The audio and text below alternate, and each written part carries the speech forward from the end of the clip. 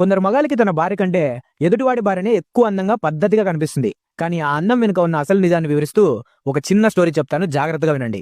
అజయ్ మరియు ప్రకాష్ ఇద్దరు పక్కింటి వాళ్ళు. అజయ్ భార్య ఎప్పుడు వంటగదిలో ఉంటూ ఇల్లు సర్దుకుంటూ కొంచెం అలసిపోయినట్టు కనిపిస్తుంది. కానీ ప్రకాష్ భార్య మాత్రం ఎప్పుడు నీట్ గా డ్రెస్ వేసుకుని మేకప్ తో ఒక మోడల్లా మెరిసిపోతూ ఉంటుంది. అజయ్ తన మనసులో ఎప్పుడు అనుకునేవాడు, ప్రకాష్ ఎంత అదృష్టవంతుడు, వాళ్ళ భార్య ఎంత అందంగా ఉంటుందో. నా భార్య చూస్తే ఎప్పుడు ఆ పాత నైటీలు, ఆ వంటగది వాసన తప్ప ఇంకేం లేదని తన భార్యను తక్కువ చేసి చూసేవాడు. ఒకరోజు ప్రకాష్ చాలా దిగులుగా అజయ్ దగ్గరికి వచ్చాడు.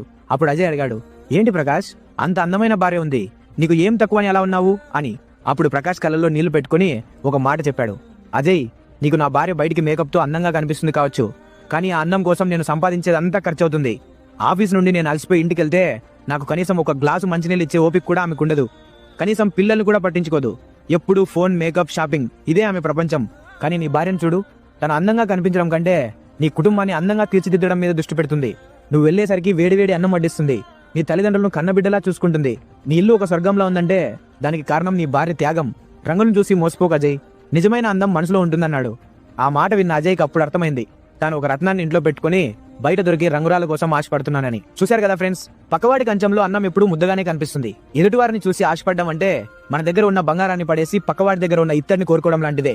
మీ భార్య మీకోసం పడే కష్టాన్ని గుర్తించండి, ఆమె త్యాగాన్ని గౌరవించండి. బాధ్యత తెలిసిన ఆడది ఏ మేకప్ లేకపోయినా దేవతలాగే కనిపిస్తుంది.